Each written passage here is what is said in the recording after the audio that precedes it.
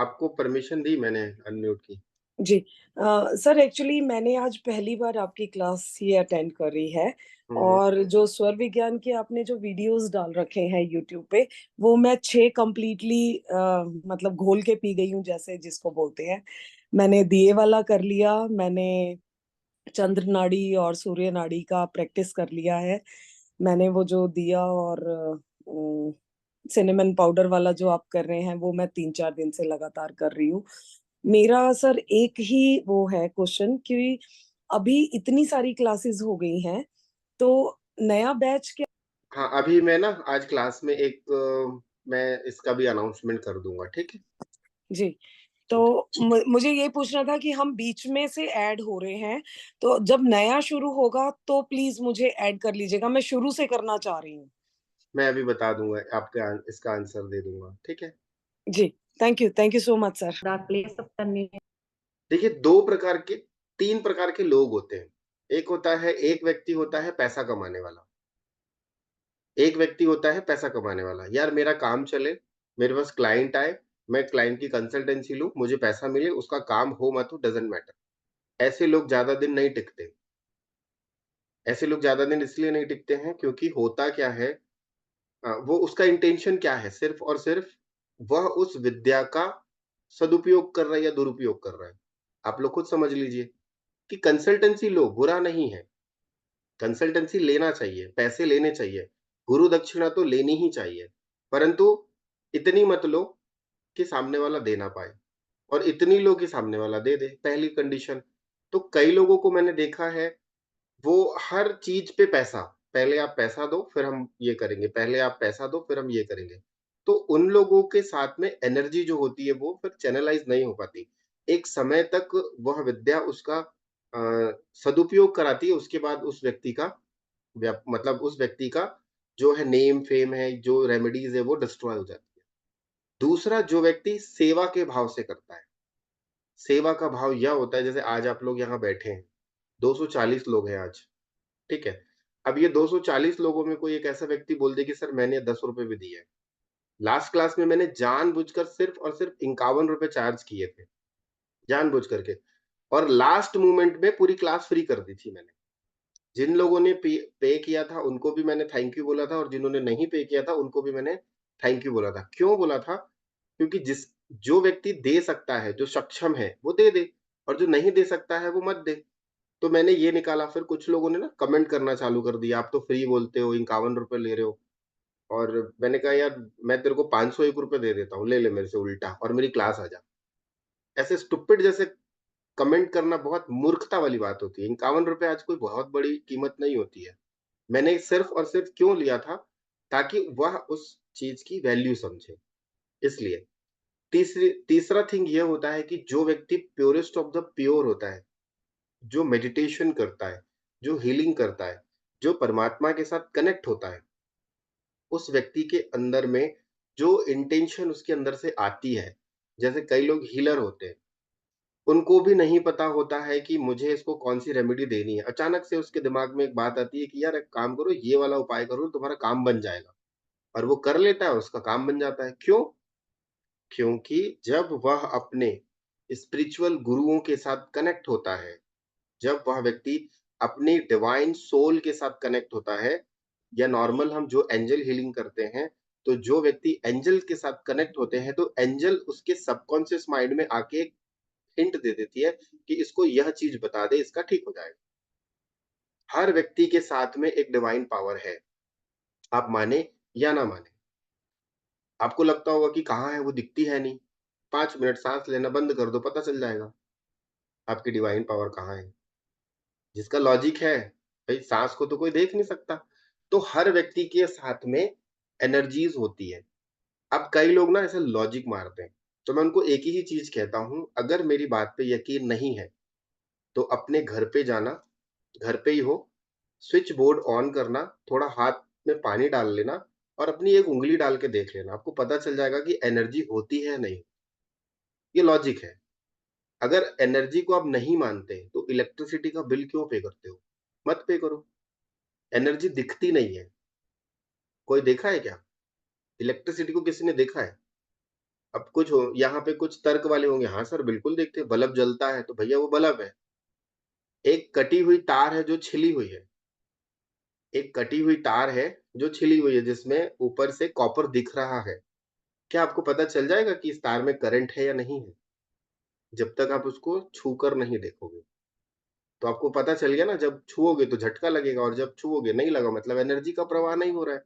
तो सेम चीज़ है, हम एनर्जी को देख नहीं सकते हैं, हम एनर्जी को फ़ील कर सकते हैं। जो स्पिरिचुअलिटी में होता है, जो आध्यात्मिकता में होता है, जो भजन करता है, जो संकीर्तन करता है, जो भगवान के मंत्र का जाप करता है, उसको एनर्जी फ़ील होती है। जो एकदम नालायक होता है, उसको भी एनर्जी फ़ील होती है। परमात्मा कभी किसी के साथ भेदभाव नहीं करते। अगर व्यक्ति ज़िंदा है अगर व्यक्ति ज़िंदा है, तो उसके साथ एक डिवाइन सोल होती है जिसको हम कहते हैं गुरु मंडला। हर व्यक्ति के साथ एक मंडल कनेक्ट होता है। अब उस जगह पर वह व्यक्ति 2 टाइप की चीज़ें होती हैं, या तो वो पॉज़िटिव होगी या तो वो नेगेटिव होगी।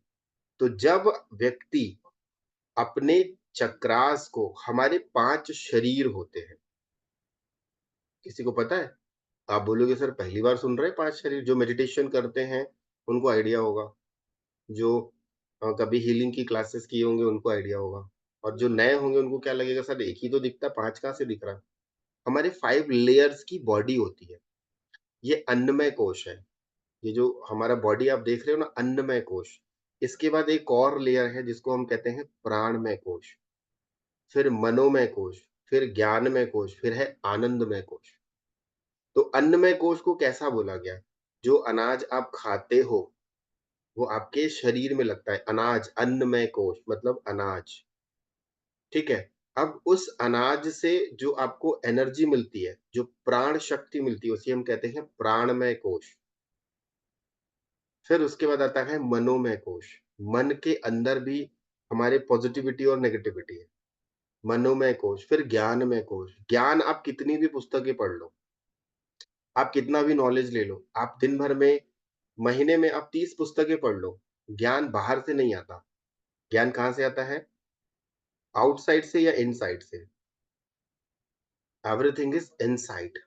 ज्ञान अंदर से आता है, तो वो ज्ञानमय कोश है। फिर है आनंदमय कोश। जब आप कोई अच्छी चीजें करते हैं तो आपको आनंद आता है, आपको खुशी मिलती है, तो ये होता है आनंदमय कोश। तो जो लोग मेडिटेशन करते हैं, हीलिंग करते हैं या जो स्पिरिचुअलिटी में कनेक्ट होते हैं, अगर वह व्यक्ति उस शक्ति का सदुपयोग कर रहा है, तो यूनिवर्स भी उसके साथ अलाइन होकर के, यूनिवर्स उसके साथ एकाकार होकर के उस परेशान व्यक्ति को वो दे देती है। मैंने देखा है और मैं कहता हूँ, यहाँ जितने भी ऑकल्ट साइंस वाले लोग बैठे हैं, बार-बार कहता हूँ, फिर कहता हूँ, आप मेरी रेमेडी को लो, लोगों को बताओ, कोई दिक्कत नहीं है, परंतु उस रेमेडी का पैसा नहीं लेना। अगर ले लिए, आपने ₹500 लिए तो उसके पीछे 2 ज़ीरो आप लगा लेना, घाटे का। 5000 रुपीज़ मतलब आप ₹500 भी उसे चार्ज कर दिए ना कि यार मेरी मेरी कंसल्टेंसी फीस है ₹500 दे दे, तो उसके पीछे धीरे से 2 ज़ीरो लगा देना, आपका 50,000 का नुकसान हो जाएगा। आप फ्री में दे दो, कोई दिक्कत नहीं है। मैंने ऐसे कई लोगों को देखा है, दिए वाली रेमेडी को लेकर के मैंने कई लोगों को देखा है, मेरी ही वीडियो देख रहे हैं और कॉपी पेस्ट मार के दूसरी वीडियो बना दे रहे हैं, दूसरों को क्लासेस दे रहे हैं, अच्छी बात है। मैं तो कहता हूँ कि इस विद्या का सदुपयोग सब करें। हर एक व्यक्ति के घर में स्वर विज्ञान हो, हर एक व्यक्ति अगर यहाँ पे हम अभी 270 लोग बैठे हैं, अब ये 270 लोगों में अगर एक-एक व्यक्ति भी 3-3 आदमी को बता दिया ना, तो समझ लो उस व्यक्ति ये तो मेरी क्लास करने का फ़ायदा हो गया। क्या फ़ायदा हो गया? कि उसके घर में जो बेचारा परेशान है, उस परेशानी से वो 20% ऊपर तो उठ जाएगा। बिना किसी एस्ट्रोलॉजर के पास गए, बिना किसी न्यूमरोलॉजी वाले के पास गए, ना मेरे पास आए वास्तु वाले के पास। एटलीस्ट उसके जीवन में 10% तो जीवन अच्छा हो जाएगा। तो क्या गलत है अगर वह व्यक्ति अपने सिर्फ़ और सिर्फ़ एक ही चीज़ पे ध्यान दे, किस पे? अपनी प्राण शक्ति पे ध्यान दे। अगर वो कोई भी काम अपनी प्राण शक्ति से करता है, तो उसका जीवन आनंदमय होगा ही होगा। अननोइंगली होगा, परंतु होगा ज़रूर।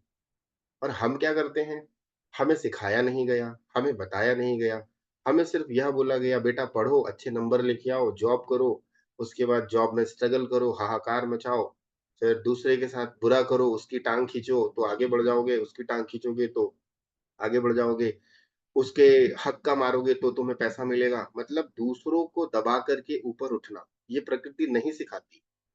प्रकृति यह सिखाती है कि अगर एक बीज ज़मीन में गिर गया ना, तो उसको भी क्या करती है वो पौधा बना देती है। और हम क्या करते हैं, अगर कोई गिर गया ना, तो हम उसको और कुचल देते हैं, तो और दब ये मनुष्य की फितरत है। और इस फितरत को अगर हर व्यक्ति समझ जाए कि मेरे जीवन में जो पैसा लिखा है, मेरे भाग्य में जो पैसा लिखा है, अगर वो मुझे मिलने लगेगा, तो क्या कोई व्यक्ति किसी को दबाने की कोशिश करेगा? पॉसिबल ही नहीं है। इस दुनिया में हर चीज़ पर्याप्त से ज़्यादा है, हर चीज़। प्रकृति के द्वारा निर्मित कोई भी चीज़ आप देख लो, वो पर्याप्त से ज़्यादा है, कभी कम नहीं हो सकती। अब पर्याप्त से ज़्यादा क्या-क्या है? इतनी सारी आबादी है, क्या कभी हमको अभी जब हम जी रहे हैं अभी तक, हमें किसी प्रकार की ऑक्सीजन की कमी हुई? वो कोविड के टाइम मत बोलना, बट अभी हुई क्या? हो रही है क्या? क्या कोई व्यक्ति साँस लेने में किसी को तकलीफ हो रही है? नहीं, क्योंकि ये प्रकृति की दी हुई चीज़ है। क्या पानी की कमी हुई? अब वैसे तो बोलेंगे सर हमारे मोहल्ले में पानी नहीं आता, पानी की कमी हो जाती है, वो डज़न्ट मैटर वो एक स्टूपिड जैसा बात है। परंतु व्यक्ति क्या कभी कोई व्यक्ति प्यासा मरा है? नहीं। हर इस दुनिया में हर चीज़ पर्याप्त से ज़्यादा है। पानी पर्याप्त से ज़्यादा है, धरती पर्याप्त से ज़्यादा है। जितने लोग नहीं है उससे तो कई गुना लैंड है, ज़मीन है और हम उसी जगह पे रहना चाहते हैं जहाँ पर बहुत ज़्यादा क्राउड है। तो पर्याप्त से ज़्यादा नेचर ने जितनी भी चीज़ें बनाई हैं वो पर्याप्त से ज़्यादा है। मानव द्वारा जो चीज़ें निर्मित हैं, वो सीमित है। मानव के द्वारा निर्मित कौन-कौन सी चीज़ें हैं? अब देखिए जो गोल्ड है, वो धरती से निकलता है, वो पर्याप्त से ज़्यादा है और वो निकलता चला जा रहा है, ठीक है? तो मानव के द्वारा निर्मित चीज़ें कौन-सी है? घर हो गया, लैपटॉप हो गया, मोबाइल हो गया, गाड़ी हो गई, ये सब मानव के द्वारा जो चीज़ें निर्मित हैं, वो लिमिट में हैं। परंतु प्रकृति के द्वारा जो चीज़ें निर्मित जो चीज़ें निकल रही हैं, वो अनलिमिटेड है। एक और एग्ज़ाम्पल देता हूँ। आपने एक आम का बीज ज़मीन में डाला आपने एक आम का बीज ज़मीन में डाला, तो क्या प्रकृति बोलेगी कि भई मैं तुझे सिर्फ़ 10 फल ही दूँगी, उससे ज़्यादा नहीं दे सकती? वो तो अनलिमिटेड देती है ना, बीज तो आपने सिर्फ़ एक डाला और जब वो वृक्ष बड़ा होता है, फलदार हो जाता है, तो क्या एक ही पौधा नि एक ही आम निकलता है या 10 आम निकलते हैं? अनलिमिटेड। एक और एग्ज़ाम्पल, आपने एक गेहूँ का गेहूँ की बाली ज़मीन में डाली, जब वो बाली उगती है, तो क्या एक ही गेहूँ होता है उसमें? 100 टाइम्स होता है, 100 टाइम्स। मैं तो मिनिमम मैं 100 टाइम्स कह रहा हूँ, वो तो कई गुना होती होगी। तो आपने एक एक अच्छी चीज़ करी तो आपको रिज़ल्ट कैसे मिलते हैं? अच्छी चीज़ें। यहाँ पर एक बात है कि सर हमें रिज़ल्ट क्यों नहीं मिलता? रिज़ल्ट इसलिए नहीं मिलता है क्योंकि देखिए, एक ही डॉक्टर है, डॉक्टर एक ही होता है, पेशेंट बहुत होते हैं। डॉक्टर ने लिखा भैया तुझे बुखार है, ये पैरासिटामॉल खा ले, दिन में 2 टाइम खाना तू ठीक हो जाएगा। और एक ही पेशेंट है, उसको कह रहा है कि ये पैरासिटामॉल खा ले तो ठीक हो जाएगा। 10 पेशेंट ठीक हो गए परंतु 11वाँ पेशेंट ठीक नहीं हुआ। इसका मतलब क्या है कि उस व्यक्ति को टाइफाइड का बुखार हो सकता है, तभी तो पैरासिटामॉल उसको सूट नहीं कर रही है, तो उसको एंटीबायोटिक देना पड़ेगा। सेम चीज़ है, जब आपको रिज़ल्ट नहीं मिल रहे हैं, तो कहीं न कहीं आपने जो आप जो प्रयोग कर रहे हैं, आप जो उपाय कर रहे हैं, उसमें कहीं न कहीं कमी हो सकती है। नहीं है कमी, हम तो अच्छे से करते हैं सर, तो टाइम लगता है। किसी को चीज़ें जल्दी मिलती हैं, किसी को चीज़ें देरी से मिलती हैं। परंतु ये चीज़ याद रख लेना कि अगर आपने एक बार बीज ज़मीन में डाला और उसकी बराबर आप सेवा करेंगे, तो एक ना एक दिन पौधा वो ज़रूर बनेगा, बनेगा ही बनेगा। अब वहाँ पर ज़मीन अगर उपजाऊ है, तो वो जल्दी पनप जाएगा, अगर ज़मीन उपजाऊ नहीं है, कम है, तो टाइम लगेगा। ये बिल्कुल लॉजिक है, एकदम सिंपल सा लॉजिक है। फिर वहाँ पर हम सेकंड थिंग हमारी आ जाती है positive positive intention, positive thoughts, हमारे विचार, विचार किस तरीके से हमारे काम कर रहे हैं। तो ये ऐसा होता है, तो हम उसमें रिज़ल्ट ले सकते हैं। मैं आप लोगों को फिर कह रहा हूँ, हर बार कहता हूँ, क्लास खत्म होने के बाद कहता हूँ, अभी फिर कह रहा हूँ, आप जितना ज़्यादा से ज़्यादा हो सके इस स्वर विज्ञान की विद्या को अपने फ्रेंड्स, अपने रिलेटिव्स, अपने जो आपको लगता है उन तक पहुँचाइए। एटलीस्ट उसके जीवन में कुछ तो अच्छा हो, कुछ तो अच्छा हो, समझ रहे हैं? अगर मान लो उसने 2 वीडियो भी देख ली और उसने एक छोटा-सा उपाय कर लिया और उसके जीवन में 10% भी पॉज़िटिविटी आ गई, तो वो आपको 1000 बार धन्यवाद बोलेगा, 100 बार धन्यवाद बोलेगा। इस दुनिया में आप पैसे तो बहुत कमाएँगे, परंतु बाँध के नहीं ले जा पाएँगे। सिंपल सी बात है, मरने की बात छोड़ दो, ज़िंदगी की बात करता हूँ। आपके पास इंडियन करेंसी 1 करोड़ रुपए है और आप अमेरिका चले जाओ, 1 करोड़ रुपए इंडियन करेंसी लेके, वहाँ पे वो क्या है? कागज़ का टुकड़ा है मात्र, राइट? समझ रहे हैं जो मैं कहना चाह रहा हूँ? वो मात्र कागज़ का एक टुकड़ा है। या फिर आप अ, अमेरिका से आप डॉलर लेके आ जाओ बंडल में और यहाँ चला लो, आप नॉर्मल किसी दुकानदार को दे दो, तो वो उसके लिए कागज़ का एक टुकड़ा है। जैसे आज 2000 की नोट, आज आप किसी शॉप वाले को दे दो, वो क्या बोलेगा? कहाँ से आ गए भैया, जमा कर दो बैंक में, अब तो बैंक भी नहीं लेगी। तो वो एक कागज़ का टुकड़ा है। अब आप सोचो कि जो चीज़ हम दूसरे देश में जाके हम अपनी करेंसी को नहीं चला सकते हैं, तो मरने के बाद वो करेंसी कहाँ जाएगी? सबकी यहीं की धरी रह जाएगी।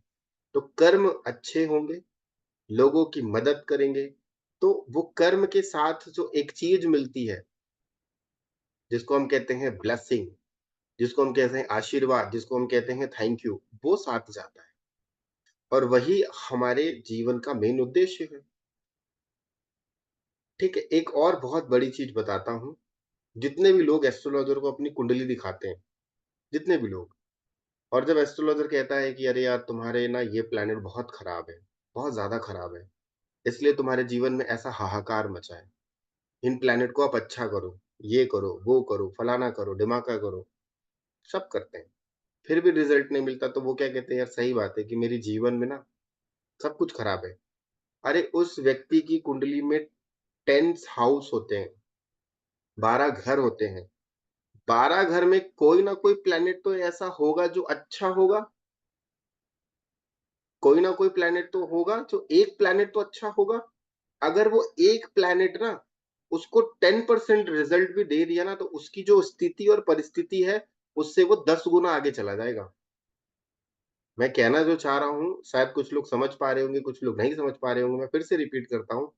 अगर आज एक व्यक्ति 50 लाख रुपए कर्ज में है और उसके हाउस में कोई भी एक प्लैनेट अगर अच्छे भाव में बैठा है और वो प्लैनेट अगर उसको 10% भी रिजल्ट दे दिया ना, तो वो कम से कम 5 करोड़ प्लस में चला जाएगा।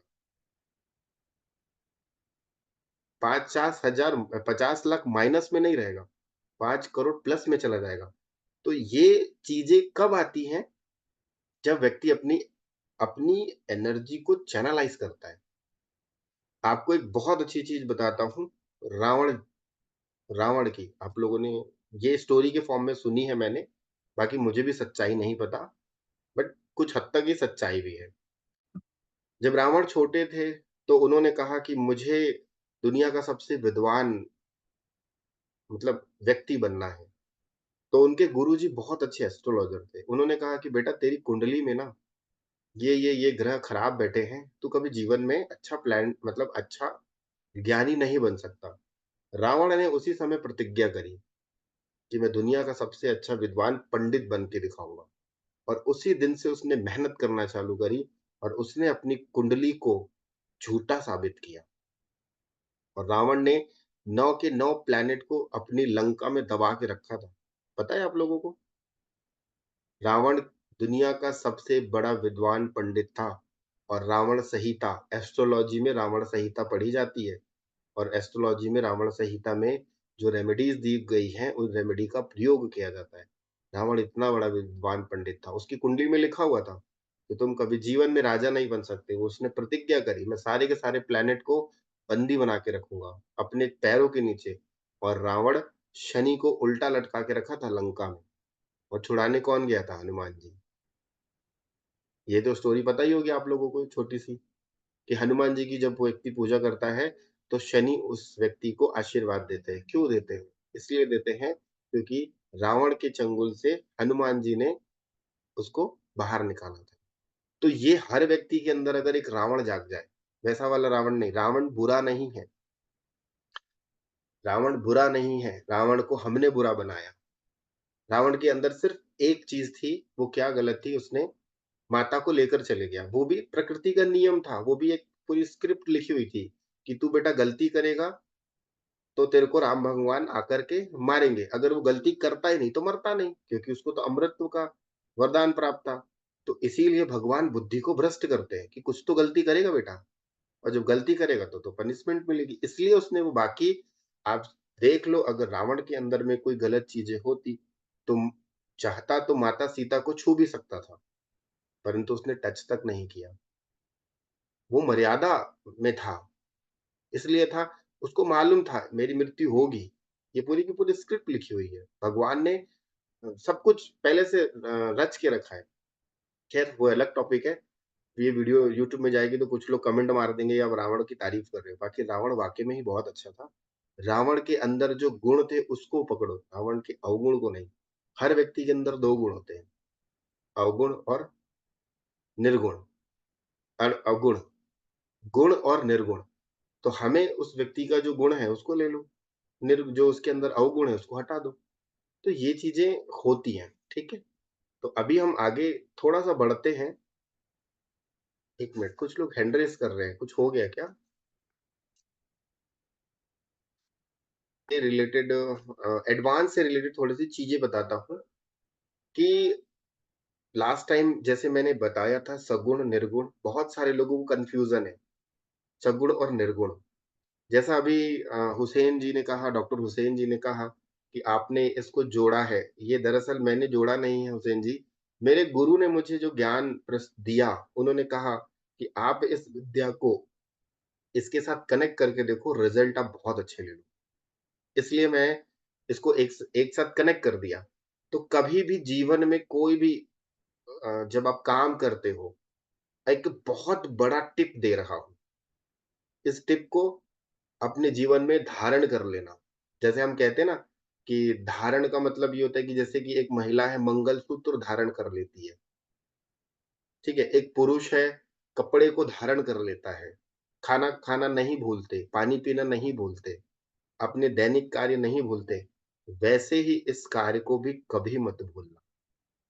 आपको मैं एक इतनी बड़ी टिप दे रहा हूँ, हो सकता है आपको पता होगी, हो सकता है आपको ना पता हो, परंतु अपने जीवन में इसको रोज नियम से प्रयोग में लाके देखना और 2 महीने तक करके देखना, अगर आपके जीवन में प्लैनेट कितने भी खराब क्यों ना हो, आपको किसी एस्ट्रोलॉज़र ने कह दिया कि तेरे जीवन में शनि की साढ़े साती चल रही है, शनि की महादशा चल रही है, तेरे पर अड़ैया चल रही है, तू पनौती है, तू गलती से आ गया है दुनिया में, तेरे तेरे सत्यानाश चल रहा है तेरा जीवन, तू कभी जीवन में पनप नहीं सकता, उसकी बात को आप काट दोगे।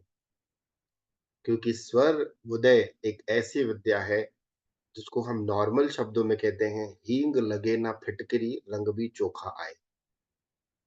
ये विद्या ऐसी विद्या है, इस विद्या में ना तो आपको कोई स्टोन पहनना है, इस विद्या में ना तो आपको किसी प्रकार का कोई मंत्र जाप करना है, इस विद्या में किसी प्रकार का कुछ नहीं करना। इस विद्या में भगवान ने आपको एक सबसे बड़ी चीज़ दी है और वो भी दी है फ्री में। क्या? आपकी साँसें, जो बिल्कुल फ्री में मिली है, जिसकी हम वैल्यू नहीं करते। और जिस दिन आप इस साँस की वैल्यू करने लगोगे, आप देखोगे कि ये साँस आपकी वैल्यू करेगी और ये ब्रीदिंग ये साँसें आपको कहाँ से कहाँ पहुँचा देगी। एग्ज़ाम्पल देता हूँ, समझ में आएगा। देखिए, जब कभी हमारे साथ कोई दुर्घटना होने वाली रहती है या फिर हमारे साथ कुछ ऐसी नेगेटिविटी होने वाली होती है, तो व्यक्ति के पेट में गुड़गुड़ गुड़गुड़ होता है, उसका पेट खराब हो जाता है। अपने से सारे लोगों ने एक्सपीरियंस किया होगा, सभी ने किया होगा। जब कोई घटना घटने वाली होती है, तो पेट में खलबली मचती है। क्यों मचती है? और हम उस समय समझ नहीं पाते, अरे यार पेट खराब हो गया, या अचानक से अंदर से जब कोई घटना घटने वाली होती है, तो अंदर से एक घबराहट होती है। अंदर से घबराहट होने लगती है, यार पता नहीं अजीब-सा लग रहा है, अजीब-सा लग रहा है, और 2 घंटे बाद आपको कोई नेगेटिव खबर सुनाई देती है कि ऐसा हो गया। हम क्या कहते हैं, यार मेरे को ना पहले से आभास हो गया था। घटना घटने से 1 घंटे पहले आपको आभास हो गया। वो आभास किसने कराया? आपकी साँसों ने आभास कराया, क्योंकि आप यूनिवर्स के साथ एकाकार हैं। ऑक्सीजन का फ़ॉर्मूला कभी बदल नहीं सकता। तो उसी प्रकार वो घटना जब आपको फ़ील हो रही है, मतलब वो घटेगी। कई बार ऐसा हुआ है जब हम कहीं जा रहे होते हैं, अचानक से हमारे पसीने छूट जाते हैं, हम क्या बोलते हैं, ये अचानक से क्या हो गया? और थोड़ी देर के बाद पता चलता है कि आगे बहुत बड़ी दुर्घटना घट गई है, या हमारी ही गाड़ी में चोट लग गई, या हमें ही चोट लग गई, कुछ भी हो सकता है। तो आपकी जो साँसें हैं ना, वो आपको पहले से ही क्या होने वाला है उसके बारे में अवगत करा देती है। ये स्वर विज्ञान का स्वर की ये साधना है।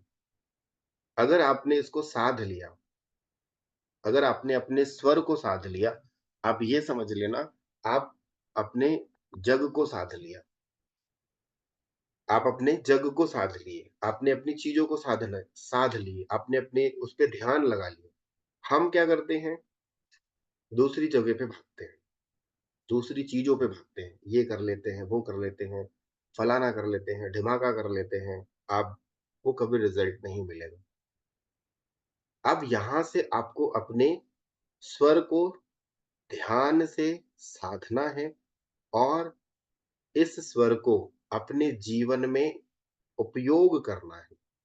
यहाँ पर मैं यह बिल्कुल नहीं कहूँगा कि अगर आपका चंद्र स्वर चल रहा है, सूर्य स्वर चल रहा है, क्योंकि अभी आप इतने ज्ञानी नहीं बने। आप इतने ज्ञानी बन गए हो कि अपनी साँसों के माध्यम से उस उस शक्ति को प्राण कैसे दें। दिए वाला उपाय मैंने जो बताया था, आप लंबी गहरी साँस लीजिए, होल्ड करिए और दिया जलाइए। जो दीपक 1 घंटे जलता था, वह दीपक 2 से 3 घंटे जलने लगा। तेल वही, दीपक वही, बाती वही, जलाने वाला भी वही, सब कुछ वही, दिशा वही, जगह वही, सब कुछ वही। परंतु बैकअप कैसे मिल गया? क्योंकि आपने उस दिए में क्या डाल दी? अपनी प्राण शक्ति डाल दी, राइट? और आप जब साँस को छोड़ते हुए दिया जलाओ, फिर रिपीट कर रहा हूँ, साँस को छोड़ते हुए दिया जलाओ। जो दीपक 1 घंटा जलने वाला होगा, वो आपका 40 मिनट आधे घंटे में ही छूमंतर हो जाएगा। तो आपने क्या करी? अपनी प्राण शक्ति को बाहर फेंक दिया। यहाँ तक ये लॉजिक समझ में आ गया होगा सभी को। जो नए जुड़े हैं, उनको मैं बोलूँगा पुरानी वीडियो देख लो, जो पुराने हैं उनको तो समझ में आ ही गया होगा। अब यहाँ पर एक बेहतरीन से बेहतरीन टिप दे रहा हूँ। अपने जीवन में कोई भी काम करना हो, चाहे किसी व्यक्ति को पैसा देना हो, चाहे किसी व्यक्ति से पैसा लेना हो, आप लंबी गहरी साँस लीजिए, साँस को होल्ड करिए और उस पैसे का लेन-देन करिए। या तो देना है तो दीजिए, लेना है तो लीजिए। आप देखोगे कि आपके जीवन में पैसों का प्रवाह होने लगेगा। अभी तक हम क्या करते हैं? एग्ज़ाम्पल देता हूँ। मान लीजिए हम कोई सामान खरीदने गए, सभी करते हैं। सामान खरीदने गए, वहाँ पर हमारी एक्सपेक्टेशन थी ₹2000 की। अब बिल बन गया 3500 का, तो हम कैसे पैसे देते हैं? मुँह कान बना के देते हैं और साँस को बाहर छोड़ के देते हैं। कितने लोग करते हैं? एक्सपेक्टेशन से अगर ज़्यादा बिल बन गया, एग्ज़ाम्पल के तौर पे हॉस्पिटल में गलती से चले गए। हमारी एक्सपेक्टेशन थी कि वहाँ पे ज़्यादा से ज़्यादा 2000 का बिल बनेगा। अब वहाँ पन्ना फट गया 5000 का। तो हम बड़े उदास मन से, तो देना तो है भैया। तो आप वहाँ पे साँस को छोड़ के दिए। मतलब वो पैसे वैसे भी वैसे डंप हो गए और उससे आपको फ़ायदा नहीं मिलेगा। समझ रहे हो जो मैं कहना चाह रहा हूँ? करते हैं हम, जब हमारे साथ कोई नुकसान हो जाता है, हम किसी व्यक्ति का जब भरपाई करते हैं, तो हम बेमन से पैसा देते हैं, लो यार पैसे जाओ, बेमन से पैसा देते हो। और जब आप किसी चीज़ को बेमन से देते हो, तो वो चीज़ें आपके हाथ से स्लिप होती चली जाती है। अब आपको बेमन से नहीं देना, ना तो मन से दो, किसी से कोई मन से मत दो, ना मन से दो, ना बेमन से दो, बस एक चीज़ से दो, किस चीज़ से? साँस को खींच लो और उसको दे दो। साँस अगर वो व्यक्ति पैसा दे रहा है, अपनी लंबी गहरी साँस लो, होल्ड करो और पैसा ले लो। अब इसमें ये एक पहला प्रोसेस हो गया। देखो पैसा अगर आपने इसको ईमानदारी से 3 महीने कर लिए ना, मैं मज़ाक नहीं कर रहा हूँ, आज आप अपना बैंक बैलेंस लिख लेना, आज डेट लिख लेना और 3 महीने के बाद अपना बैंक बैलेंस देख लेना या 3 महीने के बाद आपकी जो स्थिति और परिस्थिति देख लेना, आप खुद बोलोगे, काश भगवान 2 साल पहले अगर मुझे सर मिले होते, तो आज मैं इस स्थिति में नहीं होता। आज मिल गया ना, आज से ही आपका समझो भला होना चालू हो गया। कई लोग ऐसा कहते हैं, कई लोग मुझसे जो मिलता है और मैं स्वर विज्ञान का बताता हूँ ना, तो वो यही कहते हैं कि भगवान ने मुझे आपको पहले क्यों नहीं मिलाया? भैया तेरा समय नहीं आया था, इसलिए नहीं मिलाया। जब आया है तो मिला दिया। आज अभी भी ऐसे कई लोग होंगे जिनको मेरे बारे में नहीं पता। और वो जब 10 दिन के बाद मुझे सुन रहे होंगे, देख रहे होंगे और उपाय करेंगे तो उनको क्या लगेगा कि हाँ यार, 15 दिन पहले क्यों नहीं मिले सर? 1 महीने पहले क्यों नहीं मिले? आज जो नए जुड़े हैं ना उनको भी यही लग रहा होगा। अभी हम मैं रिकॉर्डिंग बंद करूँ अभी आप लोगों को परमिशन दूँगा कि फ़ील हुआ है या नहीं हुआ है कभी? जिनका काम हुआ है उनको तो हुआ ही होगा कि यार मुझे मिल गए होते तो मज़ा आ जाता। तो आज मिला ना, ठीक है? आज मिला ना, आज ही कर लो, ठीक है? तो करना क्या है?